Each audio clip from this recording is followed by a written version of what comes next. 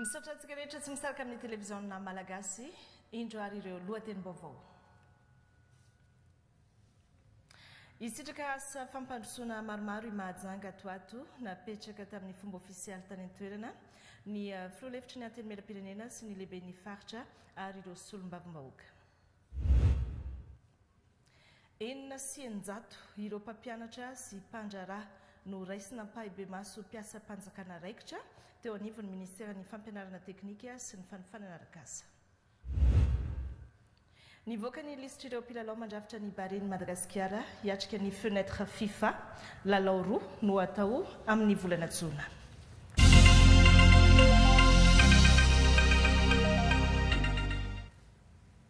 Manolotra ny araba tompo-klasy tompo-vavy tonga soa tanatin'ny fampalalam-baovao manasantsika rehetra hanaraka hatramin'ny farany. Raha ilaza fa mandroso ny firenena dia tokony ho hita taratra eny anivon'ny commune, ny distrika sy ny faritra tsirairay izany fampandrosoana izany.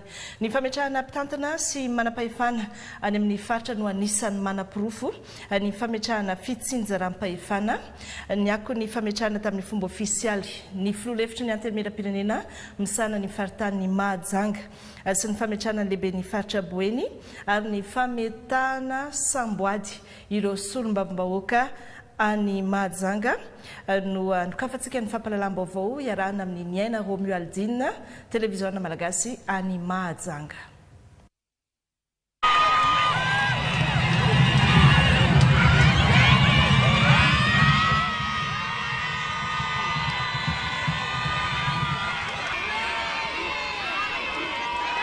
Fametrahana amin'ny fomba ofisialy ny filoha-hevitry ny antenimieram-pirenena tsy amin'ny faritany Mahajanga. Fametahana samboady ireo solombavam-bahoaka vaovao ho an'ny distrikany Mahajanga voalohany, Analalava ary ny distrikany Mitsinjo. Fametrahana amin'ny fomba ofisialy ny lehibe ny faritra Boeny. Ireo no antony ity lanonana natao teto amin'ny village touristique ny Mahajanga ity.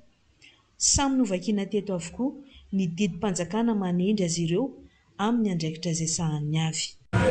Mandeha matoa Randena Solonyaiko sy teny Thierry dia mametsaka antsokao ity samboady ity.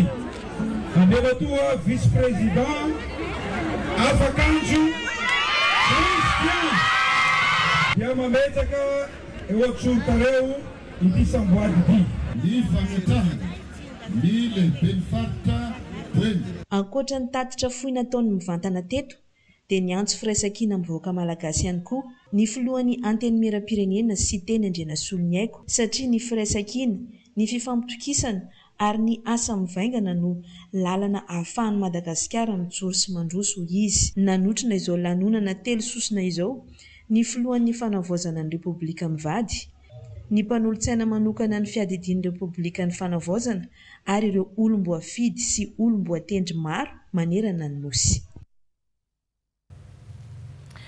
Tsy magia ny fanavaozana fa dingana hanarenana ny firenena hiadiana amin'ny kolikoly ary hananganana ho avy tsara ho an'ny malagasy. Tany Mahajanga no nanambaran'ny filohan'ny fanavaozana io raha ny tafa tamin'ny vahoaka ny Mahajanga ny vantany Zomaly. Isitraka asa fampandrosoana maromaro i Mahajanga raha ny fantatra ihany koa. Nisan'izany ny famatsin-drano, ny fananantany, ny fanamboaran-dalana, ny campus universitaire fa indrindra ihany koa ny eo amin'ny lafiny fitsinjaram-pahefana. Ny antsiprian'ireo eo amin'ny fanangonam-baovao ny televiziona malagasy any Mahajanga ihany. Nisafidy hiara hifety tamin'ny vahoaka ny Mahajanga teto amin'ny village touristique ny filohan'ny fanavaozana mivady sy ny mpanolontsaina avo ny fanavaozana ny alatsinainy ny Pentecote no sady nanararoatra ihany koa izy ny tafa, ny aino, ny etaetan'ny vahoaka teto Mahajanga. Isan'ny noresahan'ny filoha ny momba ny famatsiana rano fisotro madio ho an'ny Mahajanga tapin-tanàna izay mampikaikaiky ireo fokotany maro eto an-toerana ka nanambarany fa ataon'ny fitondrana fanavaozana vain-dondra izany. Nolazain'ny filoha teto ihany koa fa isan'ny anton-diany eto Mahajanga ny famerenana ireo domaine provinciaux ho an'ny vahoaka malagasy ka ho an'ny Mahajanga manokana misy eo amin'ny 710 hektara eo izany. Zava-dehibe indrindra dia ny famerenanay an'ireny atao hoe domaine provincial reny tany zany ho amintsika vahoaka malagasy. Zany hoe tany domaine provincial izy teo mety tsy niazontsika hamerina an'ireny tany zay tsy azontsika taloha reny amin'ny alalan'izay ataontsika hoe domaine provincial zay amin'ny vahoaka malagasy. Mikasika ny rano dia marina fa mbola tsy voavany atsika eto fa tsy mora ny manao zavatra satria tsy eto reny. Tananarivo fa hainareo tsy misy rano zao vao manomboka miverina ny rano ao Tananarivo. Efa tsy nandeha 7 taona 4 taona manomboka miverina izy zao Tananarivo. Dia ahoana moa ny ianareo hoe tsy ho tafaverinay? Tafaverinay io satria tiako ho fantatrinareo fa 34,000 mètres cubes isan'andro ny famokarana ny filana eto amin'ny tapitanànan'ny Mahajanga. Ny rano mivoaka amin'izao anefany 27,000 mètres cubes isan'andro. Zany hoe mbola misy 7,000 mètres cubes mbola tsy ampy. Dia hiezaka ny ao amin'ny ministèran'ny rano hanao an'izay forage zay. Toy ny nataonay tany Diego forage 4 nalefanay ihany mba hanamavanana an'le olana ara-drano. Fa izao mahamenatra raha tanàna fa mandroso toa ny Mazenga sy Diego no omena rano amin'ny alalan'ny forage. Vonjo maika fotsiny zany forage zany. Fa ny projet PAEP zay iarahanay amin'ny banque mondiale dia ho avy aty amintsika tia tsy ho ela hamahany zany olany rano izany. Nasian'ny filohan'ny fanavaozana resaka momba ny fitsinjaram-pahefana dia ny fampiakarana ho 4.5 isanjato ny teti-bolam-panjakana mankaty amin'ny faritra sy ny STD raha 3.4 isanjato zany teo aloha. Nanamafy anefa izy fa tsy havita anao magia velively anarina ny Madagasikara ao anatin'ny 7 volana ny fitondrana fanavaozana fa anao ny ezaka rehetra. Tsy adino ny teto ny nampatsiahy indrindra ny mpiasa-panjakana amin'ny resaka kolikoly. Ny mikasika ny décentralisation miezaka zahay tamin'ny voalohany taona ho ny teny hoe ezahana ho 420 isanjato ny budget national no lasa any amin'ny faritra sy ny fitsinjaram-pahefana ny STD rehetra any amin'ny faritra. Satria tiako ampahafantarina ny vahoaka ny Mazenga fa amintsika miteny zao dia 3.1 isanjato ny budget national no miparitaka amin'ireny fitsinjaram-pahefana sy ny STD ny service technique déconcentré miasa any amin'ny faritra reny. Ampandroso ve zany? Ampandroso atsika ve zany? Ny commune Ray Mandroso dia fokotany be da be mifangaro ao fokotany Mandroso. Ny faritra anankiray Mandroso dia commune Mandroso maromaro no mitambatra manome faritra iray Mandroso. Ary ny firenena raha handroso dia tokony handroso daholo ny faritra ho aminy mba hampandroso azy. Zay ny ilatsika ny fitsinjaram-pahefana. Zahay anatin'ny manao hoe loi de finance rectificative zay halefa any amin'ny assemblée zay raha tsy diso raha tsy efa any apekarinay lay 3.1 isanjato dia apekarinay 4.5 isanjato ny vola aparitaka any amin'ny faritra sy ny STD sy ny CTD rehetra miakina amin'ny ao amin'ny assemblée ny amoakan'izay farany. Isan'ny nasongadin'ny filohan'ny fanavaozana tao anatin'ny lahateniny ny anehoantsika ny kolontsaina mahamalagasy ka ny antsony rehetra izy aneho ny fomba fitafy mahamalagasy amin'ny fetim-pirenena amin'ny 20 jona ho avy izao. Miverina andoharanontsika raha te handroso. Tiavo kolontsain-drazantsika io. Mandrisika aho voalohany mpiasa-panjakana aloha mba hanao akanjo gasy amin'ny 20 jona ho avy zao avy alao an'le costara io amin'ny 26 juin le malagasy mila voakitsika tsika malagasy manakarena kolotsaintsika io harentsika io aboabo ka megna tsy manao an'io zay le hitako teo kolotsaina malagasy amin'ny mahafetiny andro dia nanolotra vola 500 tapitrisa ariary ho nofikena amin'ny tampihavanana ho an'ny vahoaka amin'ny Mahajanga ny filohan'ny fanavaozana ny Repoblika mivady. Ireny ny akom-baovao avy any Mahajanga ivadika lafim-baovao hafa isika. Nivoaka androany tamin'ny valora maraina ny lisitr' ireo mpilalao 420 mirahalahy andrafitra ny ekipa pirenena Bahrain Madagasikara amin'ny fenêtre FIFA amin'ity volana Jona ity. Misy mpilalao vaovao nantsony ny mpanazatra Corentin Martins. Teo ihany koa ireo mpilalao naverina indray ao anatin'ny fampifindronana ny ekipa pirenena. Marina fa ny Bahrain dia hiatrika lalao ara-piralahiana roa amin'ny volana Jona ho avy io. Avitry ny anarakotorso. Jalianina no endrika vaovao nantsony mpanazatra ny Bahrain Corentin Martins. 20 taona milalao ambilany akafise amin'ny FIFA national 3 na division na 5 ao Frantsa. Anisan'ireo mpiandara telo vao antso Ilham Jalianina miaraka Michel Ramandimso na Toldo mpiandara Tonelzico Plus sy Jordan Dupire mpilalao ny Swift Esperance. Mpilalao roa no niverina ao anatin'ny ekipa pirenena rehefa tsy tazana fotoana maromaro. Eo i Loïc Lapoussin izay Vonage Club milalao miaraka amin'ny Guangzhou Jinshen ao amin'ny Ligue 1 division na 2 Chine. Niverina ho anisan'ireo vodilarina kosa i Luis de Moléon mpilalao ny SSD Città di Accireale ao amin'ny Série D division na 4 any Italie.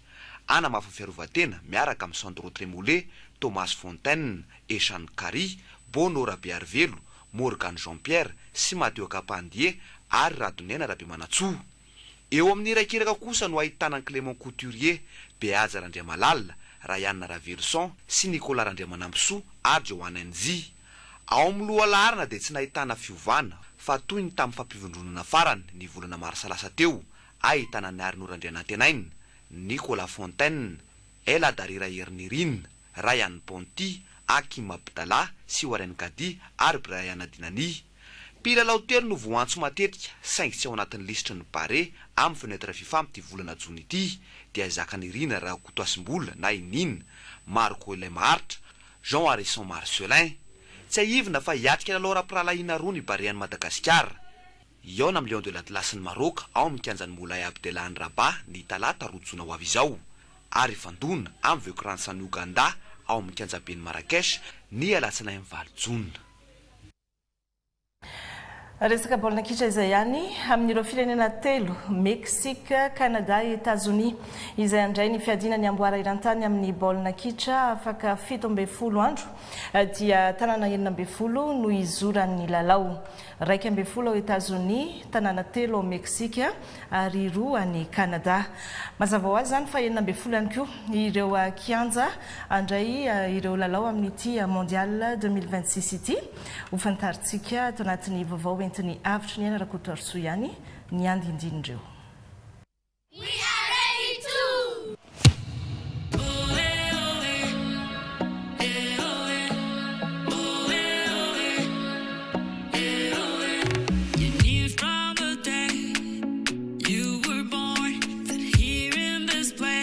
Intelo nampiatran'ny mondial tamin'ny taona 720 sy 920. Tanan-dehibe telo no handrainy mondial ao Meksika amin'ny ity andiany 17 ity dia Mexico sy Guadalajara ary Monterrey. Ao Mexico renivohitry Meksika vita ny 7 Mey 1920 saingy nefatra navaozana tamin'ny taona 1920, 7 sy ny taona 324 ary ny taona 424 izay eonan'ny El Tricolore Meksika sy ny Bafana Afrikana Tatsimo ny alakamisy 12 Jona. Ny kianjan'ny Mexico ihany koa no handray ny fionana eo amin'ny Ouzbekistan sy Colombie ao amin'ny vondrona ka ny alarobia 17 Jona. Ny alarobia 20 Jona ampiatrany lalao an'ny République Tchèque sy Meksika. Andray lalao apa-12 iray ny talata 3 Jona ary ny apa-valon-dalana iray ny alahady 5 Jolay. Ny kianja faharoa ny Estadio Akron ny Guadalajara izay nisokatra nanomboka ny 3 Jolay 2024 mazaka pijery manodidina 4,700 kianja izay apetrahany lalao 4. Ny raika ambiny 10 Jona andray lalao Korea Atsimo sy ny Republikan'ny Tchèque ao amin'ny vondrona A. Mbola ao amin'ny vondrona A ilalaovan'ny Meksika sy Republika Tchèque ny 8 Jona. Ny 13 Jona ampiatrahany lalao Kolombia sy ny Republika Demokratika ny Congo ao amin'ny vondrona K. Ny 19 Jona kosa anaovana ny lalao eo amin'ny Uruguay sy Espagne ao amin'ny vondrona H. Ny kianja faha-efatra dia ny Stadio BBVA ny Monterrey, kianja vita ny 2 Aogositra 2024 ary masaka pijery manodidina ny 3,500. Lalao 4 no atao ao amin'ny Stadio BBVA ny Monterrey, anaovana lalao ny Tunisie Suède ao amin'ny vondrona F ny 20 Jona. Ny 20 Jona ao no ifampitana i Tunisie sy Japon. Ny 20 Jona dia ampiatrahany fionan'ny Afrika Atsimo sy ny Republikan'ny Korea Atsimo ao amin'ny vondrona A. Ny 20 Jona kosa dia ao amin'ity kianja ity no anaovana lalao iray eo amin'ny dingany ampaina 20 dalana. Raha fehezina dia lalao 20 amin'ny 200 no atao any Meksika. Izay ny pejy ny fanatanjahantena. Ankoatr'ilay loza na tsy ravina tetsy Sonirana Omaly tovavy roa vao hitsaka ny lamasinina namoy Antonio iray dia olona enina tamin'ireo olona anjatony niditra hopitaly tetsy amin'ny H no maty tamin'ny fetiny Pentecote sy ny alatsinainy Pentecote iny. Lamindamina kosa tetsy ankilan'izay ny resaka fandriam-pahalemana sy ny filaminana raha ny tatitra teny anivon'ny mpitandro ny filaminana. Ange Filabe Manakaja sy Stéphane Alphonse.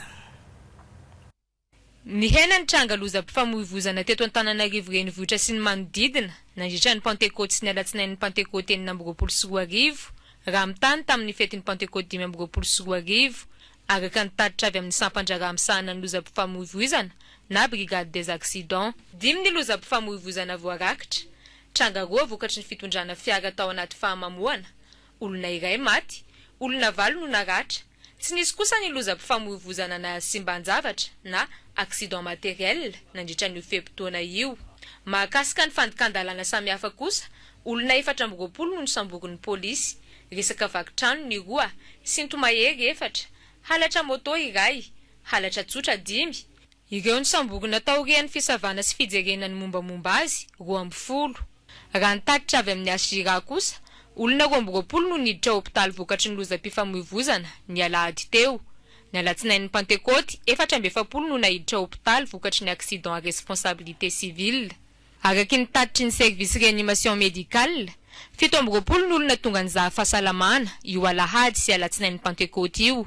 7 niditra hopitaly, 17 nalefa nody rehefa avy nisitraka fitsaboana.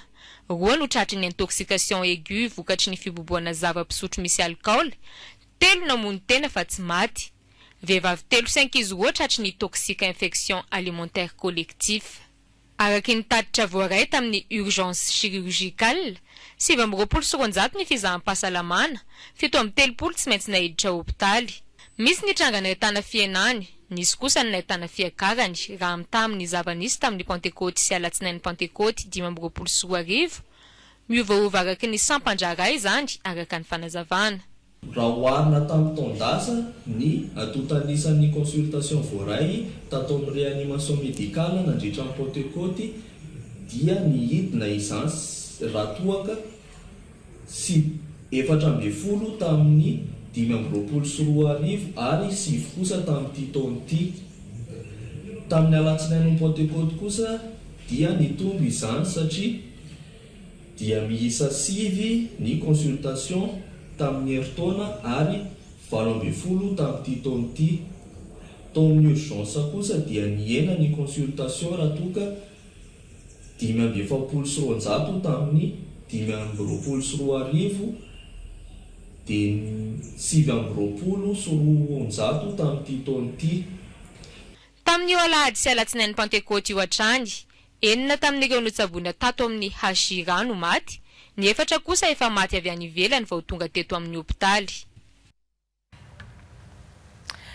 manana tambony isika eto Madagasikara amin'ny lozam-pifamoivoizana raha ty Afrika mitady ny fomba rehetra anenana io ta io ny ministera-ny fitaterana natolotra ireo mpiantsehatra mivantana eny Andalambe misana ny fandaminana sy ny fanaraha-maso ny fifamoivoizana toy ny gendarmerie-pirenena sy ny police-pirenena ireo fitaovana maromaro avy amin'ny ministera entina misoroka sy anenana ny lozam-pifamoivoizana.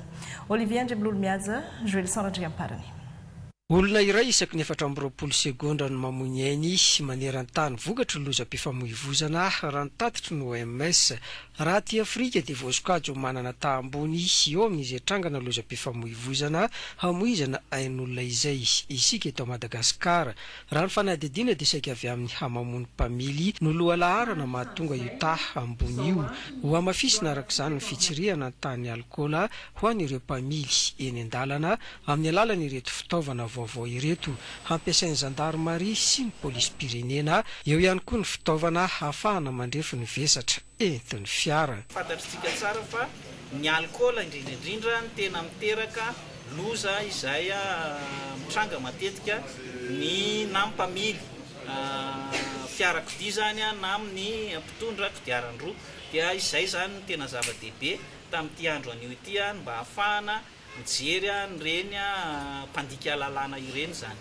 Faharoa eo ihany koa ilay pèse essieu mobile izay nomena ny DGSR satria fantatritsika tsara fa ny akebiazan'ireo camion mpitatitra entana dia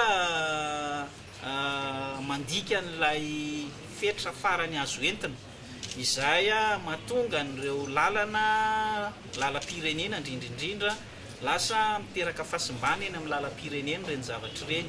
Izay zany no antony ihany koa nanomezana an'ireny mba ahafahana mijery hoe ireo mpandika lalàna ihany koa zany eo anatin'ilay izy. Misy 700 ireto fitaovana fitsirihana tany alkôla ireto raha misy 10 ny fitaovana fitsirihana vesatra entin'ny fiara. Fitaovana ihany izy ireo fanjava-dehibe dia ny fiaraha-mientana sy fandraisana andraikitra avy amin'ny tsirairay mpampiasa ny lalana mba hampiana arak'izay azo atao ny lozam-pifamoivoizana.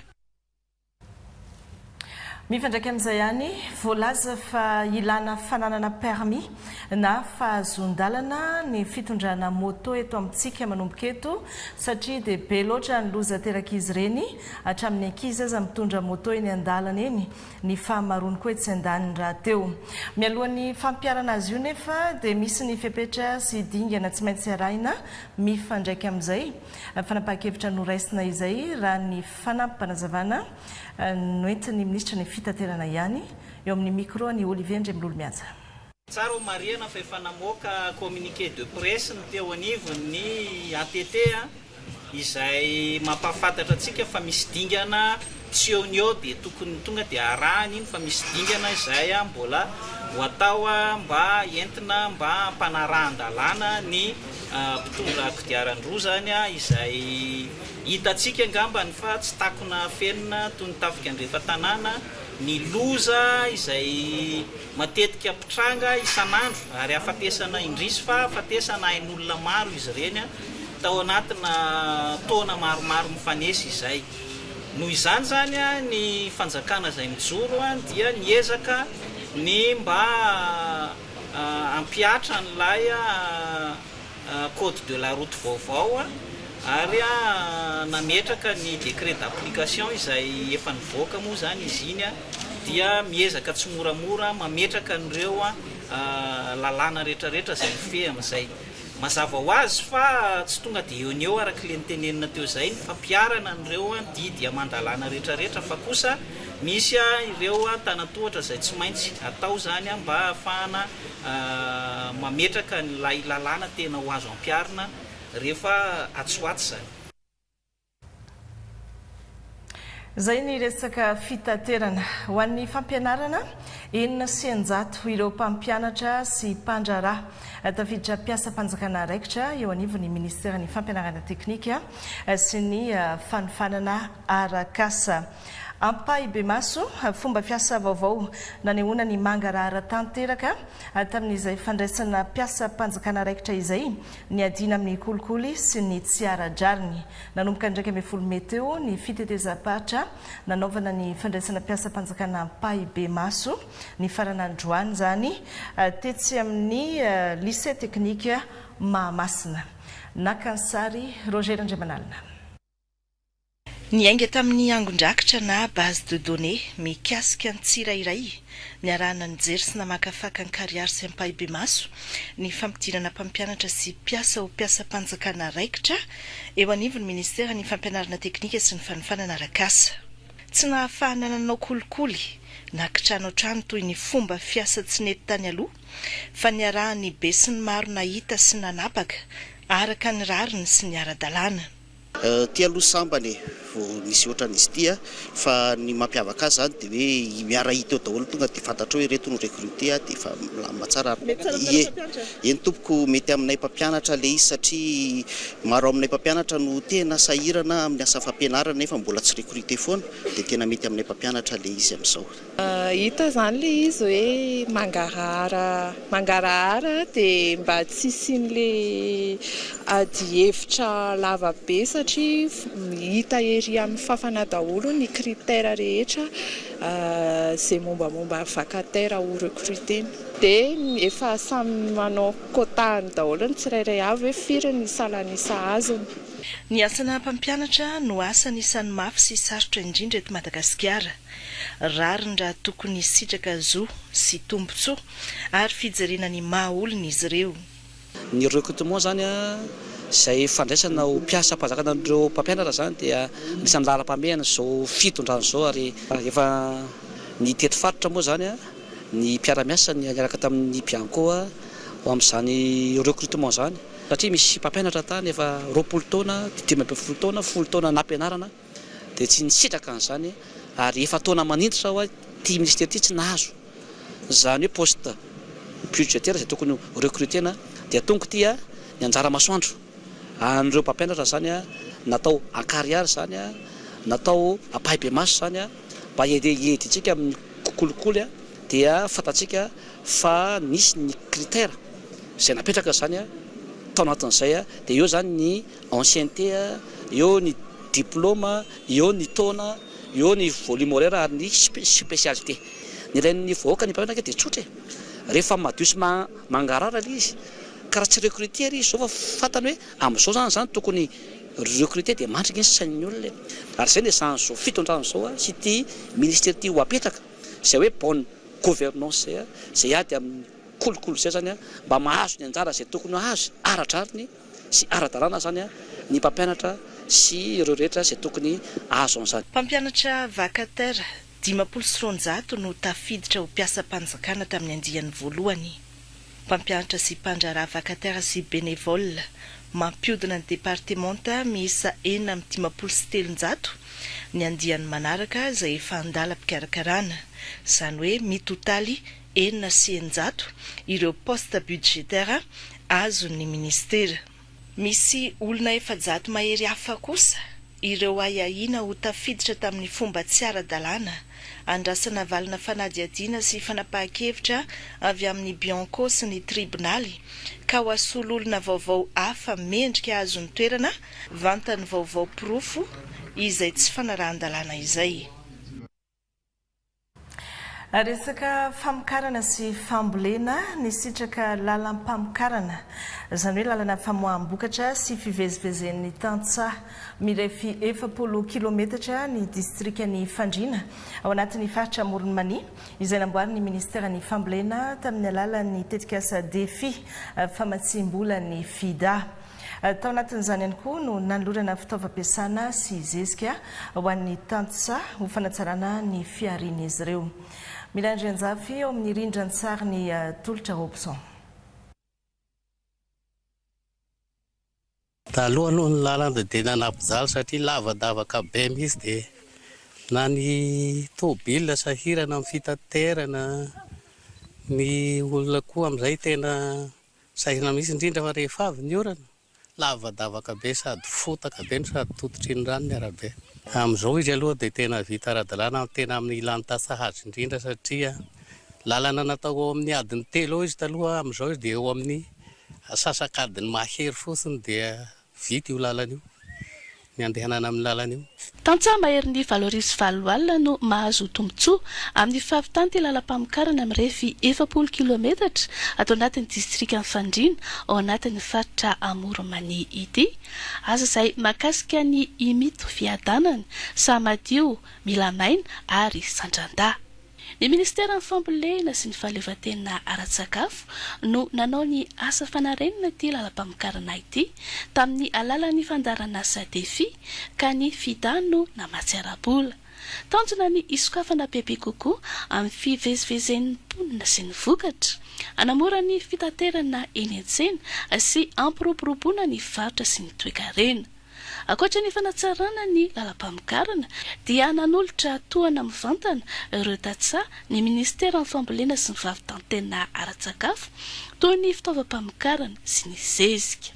Nahazo fiofanana ngay tamin'ny volana Oktobra momba ny fambolena dia amin'izao mahazo fitaovana hanatanterahana an'ilay fambolena dia ny zavatra azonay androany bisikileta raika, dia pulvérisateur raika, dia gant raika, dia boty raika, dia masque raika, dia hoentina hanamorana an'ilay fikarakarana ny fambolena ireo fitaovana ireo. Dia ny tanjona anay amin'ilay resaka fambolena amin'ny mahafikambanam-behivavy anay dia hihatsara hivoatra hatrany ny fivelomanay. Dia tonga eto moa zany eto ankeny izay raha mianaka zany tonga eto dia nomeny fitondram-pahatsakana zezika moa zay hoe ampiasana ny vokatra aveny fary kelana amin'ny tasa zany ka dia somba fitondram-pahatsakana amin'izao fotoana izao rehefa hoe nagnome tompony matasava be faly ny fonay saigna anay sy ny eritretra fa dia mampisaka azy makatelina. Tanjona ao anatin'izao tokoa ny fambolena miroborobo antoko ny fahaleovantena ara-tsakafo.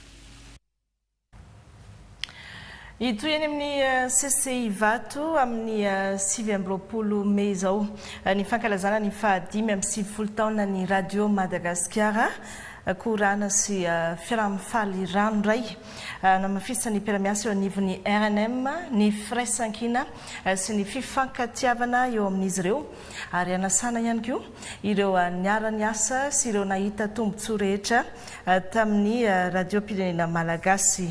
Mamaraparana ny fanomanana io hetsika lehibe io ny RNM amin'izao fotoana izao fanampanazavana hoentin'ny solotena ny mpiasa eo amin'ny micro ny Miray Andrianjafy sy Ernirina Rasularzona. Tena efa ao anatin'ny fanomanana tokoa amin'izao fotoana izao matoa tonga ety amin'ny CCI Vato mijery ny toerana zany hoe amin'ity toerana ity zany no anaovantsika ny lalonana amin'ny zoma faha 7 ny volana Mei manomboka amin'ny 9 ora alina. Ao nisy ty hetsika ity dia tafiditra indrindra amin'ny fanohizana ny fankalazana ny 70 taona ny RNM. Eto zany tsika no alim-pandizana goavana dia ny mpampandia dia goavana ihany koa satria ny tarika rezika tsy zoviana amintsika izany fa tena mahay mampandia ary ny karazan-kira rehetra dia ho atao daholo ny gadona rehetrarehetra eo ihany koa ny sakafo izay anom-pitolotsy nisy toy izany miaraka amin'ny taty 20 dia saty izay ny rehitany. Ianareo sisa ny andrasana ao anatin'izay ny orkestra rezika dia vavolombelon'ny tantara nafantatra ny radio Madagasikara dia ianko ao anatin'ny fikira nafantaranao ny radio Madagasikara nandritra izay 5 taona izay tsika sy ireo hira tsy lefilaza nafantarana ny radio Madagasikara nandritra izay 5 taona izay mazany mazava ho azy. Ianao sisa ny andrasana satria atongotra ohatry ny oritsaka ny fotoana amin'ny zoma zao dia hiara ifetintsika ireo totorepika ao anatin'izay hoe fiarahana mifaly amin'ny radio Madagasikara izay. Asaina daholo zany ny vahoaka malagasy rehetra ny mpitondra fanjakana ianareo izay nahatsapa fa nahasoa tamin'ny ity radio Madagasikara tao anatin'izay 5 taona izay moa dia teo akaikinareo foana ny radio Madagasikara tsy nandao anareo teo akaiky ny vahoaka foana ary niara-ny asa foana tamin'ny fitondram-panjakana ny fandimby ary ataontsika hoe mitondra vavolombelon'ny tantara satria teo foana ny radio Madagasikara tamin'ny tantara rehetra ny fandimby mitahiry ny tantara ny firenena dia nivoaka malagasy rehetra ireo mpanakanto izay anisan'ny nasondrotray tato amin'ny RNM atao anatin'izay 5 taona izay miandry anareo ny radio Madagasikara mila anareo ny radio Madagasikara amin'izao fotoana izao mila valibabena dia manasa anareo ho tonga maro amin'ny zoma fa 7 volana May manomboka amin'ny 7 ora alina. Ho tonga soa izay hetsika goavana ho ataon'ny perméation anivon'ny radio-pirenena malagasy izay. Fa isan'ireo firenena mpifaninana isitraka famatsim-bola avy amin'ny label Isopark i Madagasikara amin'ny alalan'ny ranohira izay toerana faharoa mahasarika mpizahatany betsaka indrindra eto amintsika. Tsy ny fizahantany ihany fa ny sosialim-bahoaka ihany koa dia afaka toanana amin'ny alalan'izany famatsim-bola izany ka ny hôpitaly CHRD ao ranohira izay efa mila fanatsarana noho ny fahanteran'ny fototra-avitrasa no heverin'ny Madagascar National Park ho asiana fanarenana tsikelikely. Ny andimbaovao entiny Volana Farasoa sy Toutson François. Efa tsy ampy andraisana ireo marary mila vonjena maika ny efitrano ATU na ny accueil triage et urgence ao amin'ny CHRD ranohira io fahateren'ny fototra-avitrasa io no atahorana anafaingana ny fiparitahana aretina maro ao amin'ny hôpitaly. Olana hafa ankoatra izay ny tsy fampin'ny dokotera mandray an-tanana ny marary mitondra anjara biriky ho vahaolana ny MNP na ny Madagascar National Parks izay mampidibola ho an'ny commune ranohira amin'ny alalan'ny fitantanan'ireo valan-javaboary ao an-toerana. Ao amin'ny triage zany tena hitako hoe manque, zany hoe manque an'izay bâtiment pour chirurgie zay zany sika. Fa nefa raha dia zany izy misorana koa ny NMP nanome ny anjaran'ny ranohira amin'ny retombé an'io parc io taloha izy 50% fa zao izy resare zao le NMP dia zao omeny dia isorana azy. Io zany dia maneho fa hahazo bloc na laboratoire sika izay ivondronan'ity commune dimy ity. Io zany no mitambatra amin'io ny fanapahan-kevitry ny COSAP tao zany dia ataon'io le vola antsaran'ny commune amin'ity faritra ity amin'izao fanatsarana ny fitantanana ny hôpitaly ny CCRD manodidina maro. Anisany voafidy isitraka ny label Isopark i Madagasikara amin'ny alalan'ny commune ranohira toerana faharoa mahasarika mpizahatany be indrindra eto amintsika ao aorian'ny Nosy Belleville. Ny label Isopark izay fepetrapetraky ny mpamatsy vola avy eo anivon'ny UNESCO mikarakara ny tontolon'ny fizahantany maneran-tany sy ny sosialim-bahoaka amin'ny ankapobeny. Dia ranohira zany tafiditra ny kandidany zany Isopark zany sy ranohira rery fa misy miaraka miombona amin'ny ranohira zany anatin'ity saly ity amin'ny périphérique ny saly ny commune ny Lakaka, commune ny Lakaka be, i Berenty ary i Lemby. Io zany idimy io zany mandrafitra ny Isopark aty amin'ny moramoriny saly.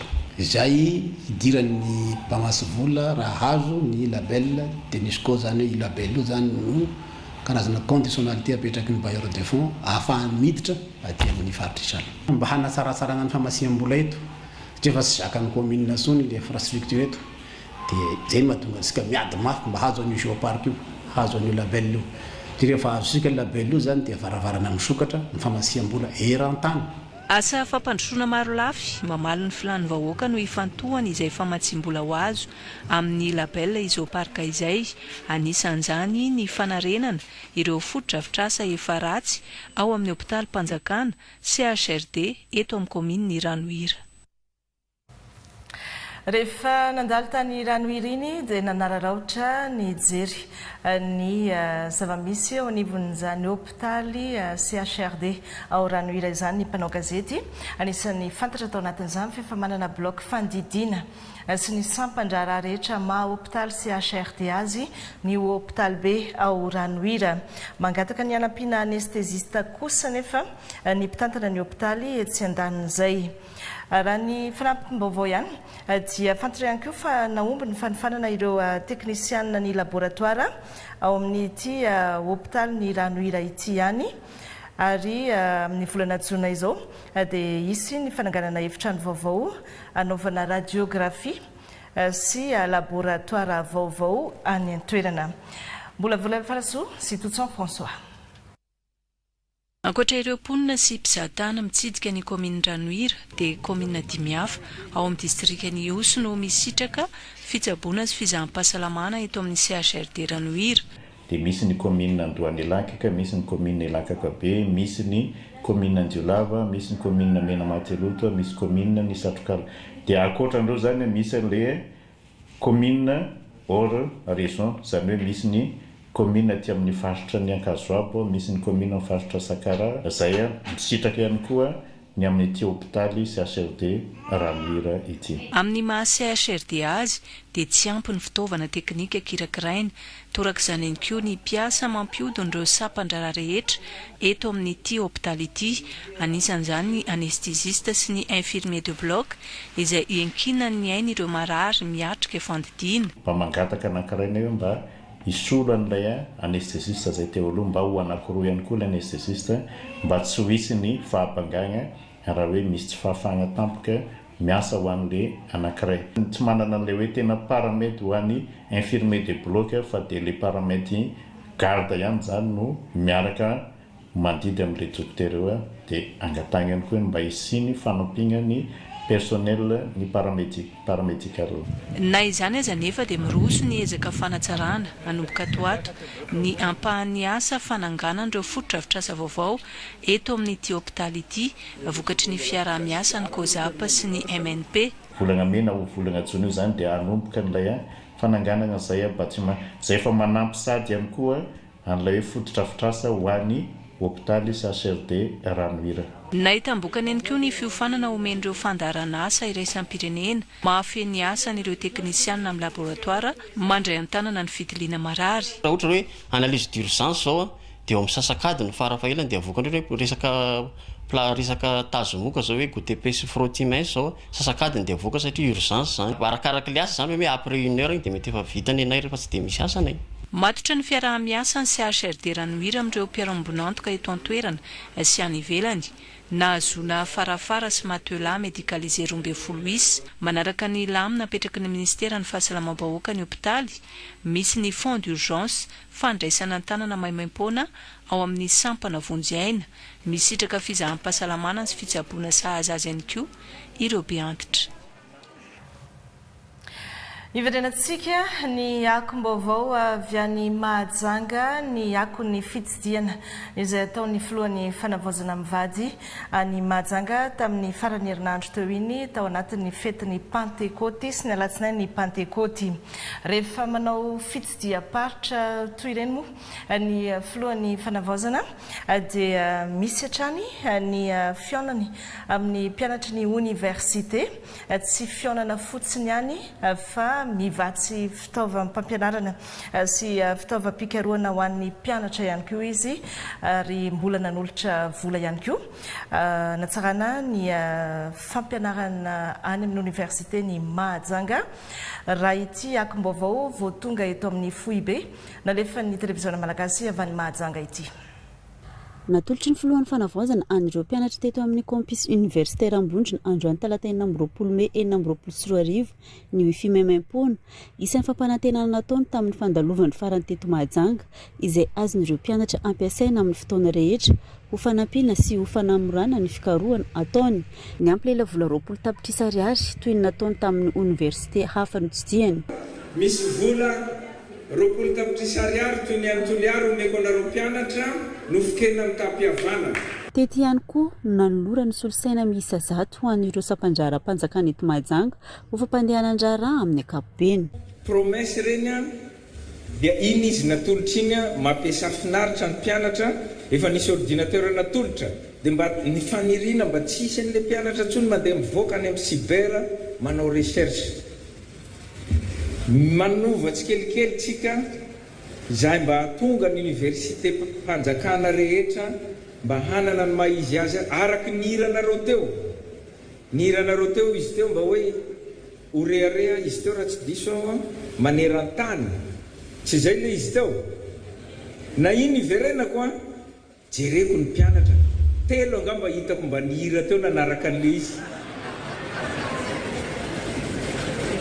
Ny oeto tsy hoe mipetraka mitratra fa mba tsapao ny fo rehefa mandeha iniram-pirenena iny dia mba andramo ane zany teniko zany tsapao ny fo rehefa mandeha iniram-pirenena dia mieritrerehitra nyreny razantsika ny tolona tamin'ny andron'ny fanjanahantany reny a fa ho tianareo azy ho hiram-pirenena io manampy be amin'ny ampahan'ny fasahirana ny ray aman-dreny izao raha nisaotra ny filohan'ny fanavaozan'ny mpianatra mahatsapy izy ireo fa misy mihainy ny etaentan'izy ireo satria ankoatry ny fangatahana ho ifi dia efa niakatra 20 isanjato ihany koa ny vatsim-pianarana hatramin'ny équipement ireo sampandraram-panjakana azy fampitaovana kosa dia nanamafy ny fahavononana ho famalina ny filany vahoaka sy ho fampandehanan-draharam-panjakana amin'ny ankapobeny. Mbola taraiky Madagasikara eo amin'ny sehatry ny fampiasana ny intelligence artificielle na ny farany tantsaina voatr'olombelona izay efa mandroso be amin'izao fotoana izao. Efa mandroso tsikelikely kosa nefa ny fampiasantsika azy io ary maro ireo manampahaizana malagasy no tsy mitsahatra mivoatra ao anatin'izany. Isy ny hetsika mikasika ity intelligence artificielle ity izay watao eto Madagasikara hetsika izay andraisan'ny firenena ty anatin'ny ranomasimbe indiana anjara amin'ny 20 20 sy 20 Mey izao. Miray Andrianjafy sy Ernirina Rasolalazaona. Idana larina fa 20 andro firenena 450 aty Afrika Madagasikara raha eo amin'ny resaka intelligence artificielle talent Redmond tatra tamin'ny taona 2024 i Afrika Atsimo, Tunisie, Egypte no mitana larina voalohany aty Afrika ary Maurice aty amin'ny ranomasimbe indiana. Antony mahatonga Madagasikara mbola ambany amin'izay larina izay ny faharefon'ny internet sy ny fampiasana herinaratra fa tsy mbola misy ihany koa ny paikady pirenena matanjaka amin'izay resaka intelligence artificielle na voatr'olombelona izay fa voafetra ihany koa nefa ny fampiasam-bola ao anatiny. Na izany aza nefa dia ambarandreo manampahaizana fa afaka mivoatra tsara ao anatin'izay Madagasikara satria maro ireo tanora malagasy liana amin'ny informatika ary efa mivelatra tsikelikely ny digitalisation. Anisany ampivoatra sy hitondra fampandrosoana ao Madagasikara ihany koa ny hetsika fihaonana ny tampony ho an'ny taona 2024 ny IOAI izay atao amin'ny Novotel ny 20 hatramin'ny 20 ny volana Mey izay mitondra ny lohahevitra hoe LIA eo amin'ny sehatry ny fampandrosoana aty amin'ny ranomasimbe indiana. Tanjonay amin'ity lanonana anankiray ity dia ampiseho fa Madagasikara manana ny talenta sy ny fahaiza manao ahafahana mivoatra sy ahafahana mampiasa ny IA levier de développement. Ity lanonana ity dia tsy lanonana tsotra fotsiny fa tena hoe plateforme d'action izany hoe ny tanjona dia ny aorinan'ity lanonana ity dia tokony misy projet B2B na partenariat izay tokony voaka sy sogadina ao aorian'izay. Tsy ivona fa nandritry ny ady lehibe faharoa dia efa nisy mpaheserasera britanika antsoina hoe Alan Turing nanomboka nieritreritra hoe afaka misaina ve milina. Izy no namorona ny fototry ny informatika moderne. Tamin'ny taona 1950 no nampiasaina voalohany ny teny hoe intelligence artificielle tao anatin'ny fivoriana siantifika tao États-Unis. Nivoatra ihany izany tao anelanelany taona 70 sy ny taona 2000 ary amin'izao fotoana izao dia efa ampiasaina amin'ny fitsaboana, fambolena, fanabeazana media amin'ny alalan'ireo orinasa 4 lehibe izay mampiasa vola amina miliara $.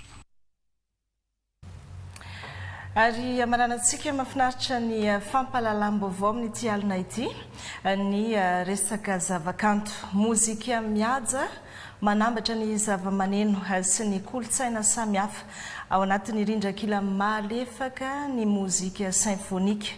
Ampiasaina matetika ny mozika symphonique rehefa misy lanonana lehibe iray sy sampirenena na hetsika ara-kolotsaina miavaka toy ny fampisehoana goavana izay nataon'ireo moine sinoa sy mpanakanto italiana vahiny teny amin'ny temple Xizu teny Andranovelona. Ijery ny santionantsika no sady araka ankafy ihany koa miaraka amin'ny angom-baovao ny Mamso Hortensia sy Tantely Andriambelo. Zavakanto iray mampivondrona feo sy zava-maneno maro ny mozika symphonique. Mampiavaka azy ny firindrany ireo zava-maneno toy ny violon, ny piano, ny trompetra ary ny violoncelle, izay samy manana ny anjara toerany ka samy ampiasaina. Izay no isiany ireo mpitendry maromaro ary ilaina fiara-miasa anaty ekipa. Tany Eropa sy Italia, Allemagne ary Autriche no niforonany tany amin'ny taonjato 17 sy 18 tany, ka tao anatin'ireo lapany teatra lehibe indrindra tamin'ireo firenena ireo no nanomboana ny fampisehoana. Mampivondrona olona maro avy amin'ny firenena samihafa ary manome sehatra hifampizarana ara-kolontsaina ny mozika symphonique. Manaprofo izany ny fanatrehan'ireo mpanakanto kalazo eo amin'ny sehatra iray sam-pirenena nisy eo goavana teto amin'ny Temple Sizo Andranovelona sady nandraisana izy ireo anjara.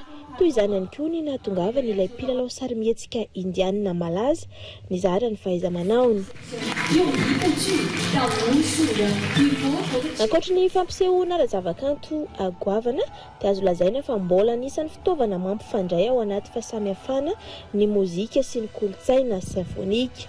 Mikendry ny ampatsiahy izany indrindra ity Festival des Arts Culturels et pour la Paix ity amin'ny alalan'ny mozika symphonique, ny lafiny ara-panahy ary ny fifanakalozana ara-kolontsaina izay andrasan'ny mpikarakara hitondra hafatra mazava momba ny fihavanana sy ny fanamafisana fifandraisana ary ny fandriampahalemana maneran-tany.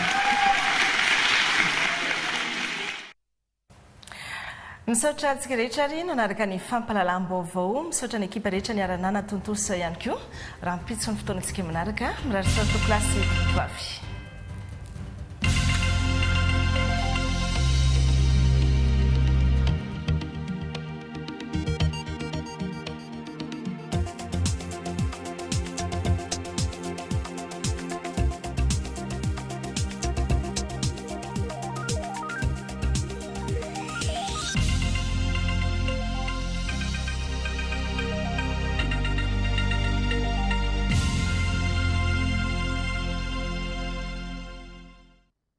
Fara